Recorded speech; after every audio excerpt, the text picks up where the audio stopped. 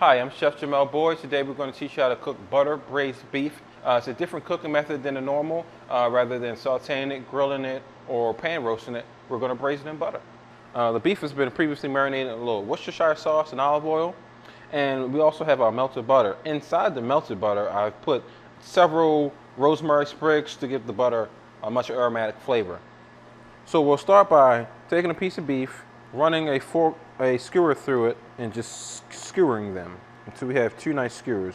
I'm going to stick these, from now, after I got them all skewered, I'm going to place them inside the butter, okay, and then I'll put this pot back over the stove and I'll let them cook for about 3 to 4 minutes.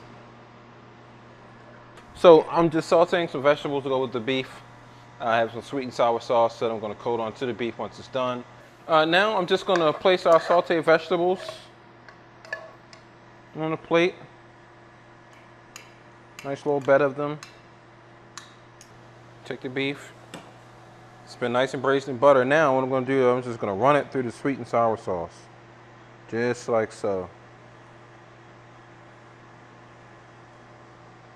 I'll place it on this one.